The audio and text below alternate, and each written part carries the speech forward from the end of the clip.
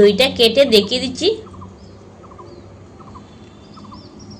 তো আজ আমি কিছু টিপস সহ দইয়ের রেসিপিটা আপনাদের কাছে শেয়ার করছি। শরীরের জন্য অনেক উপকারী। তো ভিডিওটি আপনারা পুরো দেখতে থাকুন, আশা করি ভীষণ ভালো লাগবে। তাহলে চলুন কাজে লেগে পড়ি। তো প্রথমে আমি উনুনটা ধরিয়ে নিয়ে কড়াইটি চাপিয়ে দিব উনুনের মধ্যে। তো কড়াইটি উনুনের মধ্যে চাপিয়ে দিলাম। এখন দিয়ে দিচ্ছি এর মধ্যে হাফ কাপ জল। এবারে দিয়ে দিব প্যাকেটের লিকুইড দুধ।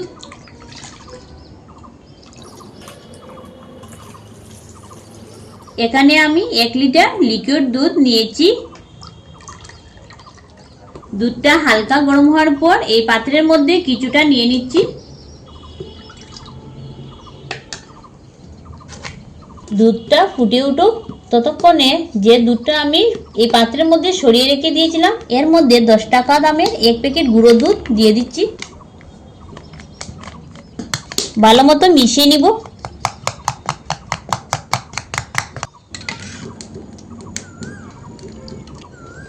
এই দুধটা এখন এর মধ্যে ঢেলে দিচ্ছি।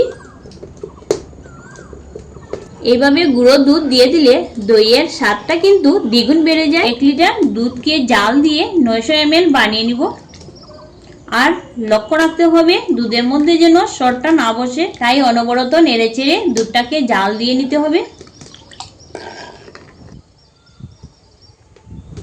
তো দুধটা জাল দিয়ে নিই, তারপর ফিরে আসছি। জাল দেওয়া হয়ে গিয়েছে। দইটা টক ভাব যেন বেশি না হয় তার জন্য 2 চা চামচ চিনি দিয়ে দিচ্ছি। আরো 2 মিনিটের মতো জাল দিয়ে নিব। তো দুধটা জাল দেওয়া হয়ে গিয়েছে, এবারে নামিয়ে নিব। আর দেখুন কতটুকু ঘন হয়েছে।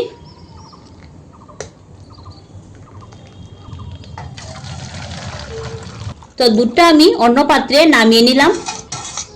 এখন এই দুধটাকে 3 ভাগের 2 ভাগ ঠান্ডা করে নিতে হবে। দইটি জমানোর জন্য দইয়ের বীজটা অবশ্যই লাগবে, তাই আমি এখানে 50 গ্রাম দইয়ের বীজ নিয়েছি। আর এই বীজটাও আমার ঘরে বানানো। এই পাত্রের মধ্যে নিয়ে নিলাম।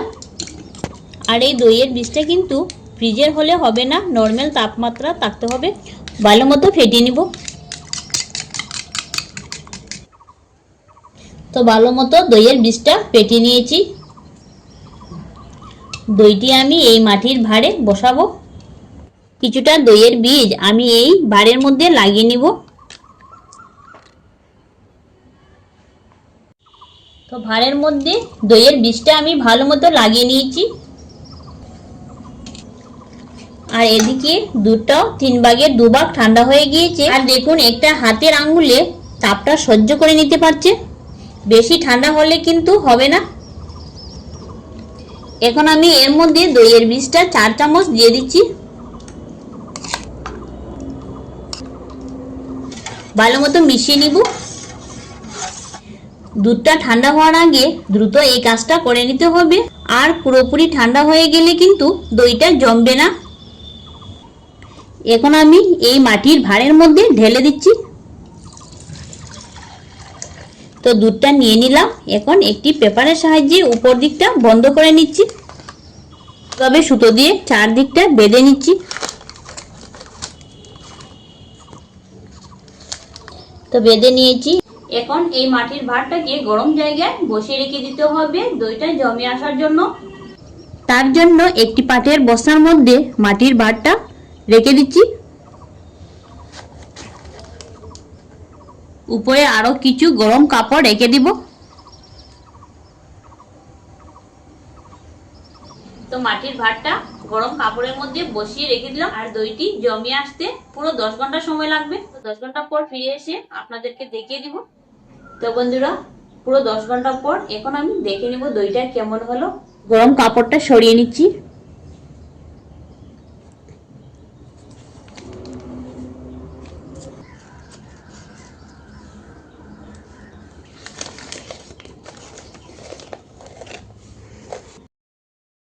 তো দেখুন বন্ধুরা, দইটা কত সুন্দর জমেছে। আমি নেড়েচেড়ে দেখিয়ে দিচ্ছি।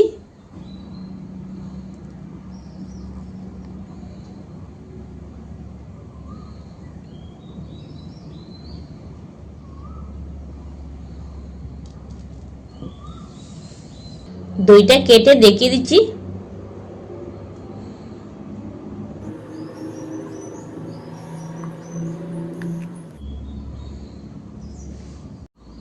প্রথমে আমি একটু টেস্ট করে দেখে নিব।